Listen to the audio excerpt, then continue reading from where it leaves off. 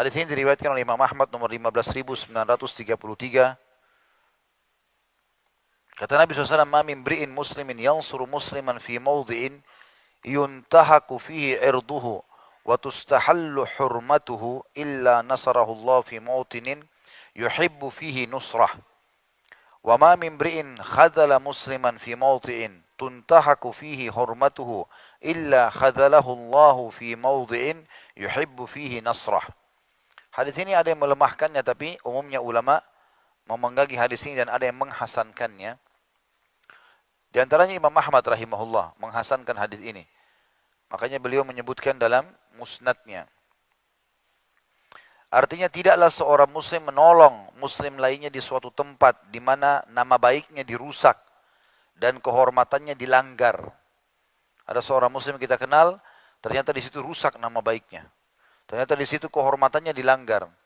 Melainkan Allah akan menolongnya di satu tempat yang ia ingin ditolong di dalamnya. Pas satu waktu kita butuh bantuan, Allah akan mudahkan kita tertolong juga.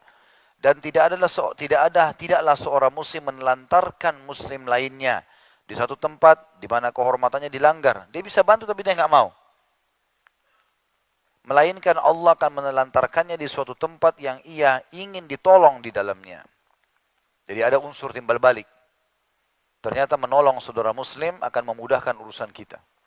Apa saja yang kita tolongkan, maka akan terjadi unsur timbal balik. Juga berdasarkan sabda Nabi SAW di dalam hadis yang diriwayatkan oleh Imam Tirmidzi nomor 1931, Nabi SAW bersabda, "Man radda an irdi akhihi raddallahu an wajhin nara yaumal qiyamah." Barang siapa yang mencegah ghibah atau merusak citra pada kehormatan saudaranya, maka Allah akan melindungi wajahnya dari api neraka pada hari kiamat. Ini banyak sekali contoh berhubungan dengan masalah ini. Umar bin Khattab radhiyallahu anhu punya banyak kisah berhubungan dengan masalah ini dan banyak salafus saleh. Seingat saya pernah ceritakan kisah ini, tapi saya reviewkan kembali. Satu waktu Umar bin Khattab jalan di malam hari lalu menemukan di pinggir kota Madinah ada orang Badui lagi menancapkan kemahnya. Kemudian Umar pun radhiyallahu anhu mengatakan, "Siapa kau ini?" Dia bilang, "Saya Arab Badui yang kebetulan lewat."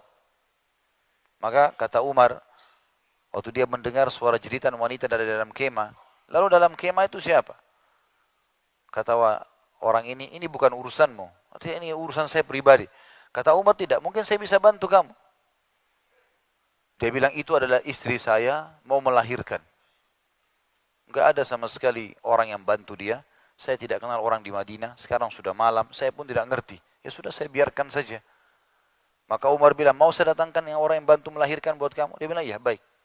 Maka Umar pun pulang, bukan mengetuk rumah orang-orang yang ada di situ misalnya. Umar Amir Mukminin, dia bisa ketuk siapa saja yang rumahnya dekat situ, lalu minta supaya bantu. Enggak, dia pulang ke rumahnya, dia tahu ini pahalanya sangat besar, maka dia pun pergi ke rumahnya lalu mengajak istrinya yang merupakan ratu pada saat itu. Di malam hari sambil mengatakan, "Wahai cucu Rasulullah," karena kebetulan istrinya itu adalah Ummu Kalthum, anaknya Ali bin Abi Thalib radhiyallahu anhu ajma'in. "Apakah kamu mau mendapatkan pahala seorang muslimah yang butuh bantuan di malam ini?" Maka dia spontan mengatakan, "Tentu saja." Kata dia, "Ada seorang istri laki-laki Badui mau melahirkan tapi tidak ada yang bantu. Apa kau bisa ikut dengan saya?" Dia bilang, "Iya, tentu saja." Maka kata Umar, "Ambillah semua yang dibutuhkan." Waktu itu kebetulan semua wanita bisa punya keterampilan melahirkan orang lain. Jazakallah khair. Menjadi bidan lah. Ya, kalau kita sekarang harus bidan atau dokter, tapi zaman dulu tidak.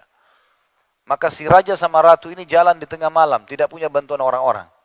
Karena tahu kalau Allah Subhanahu wa taala bersama dengan orang yang menolong saudaranya muslim. Walaupun itu adalah masyarakat biasanya.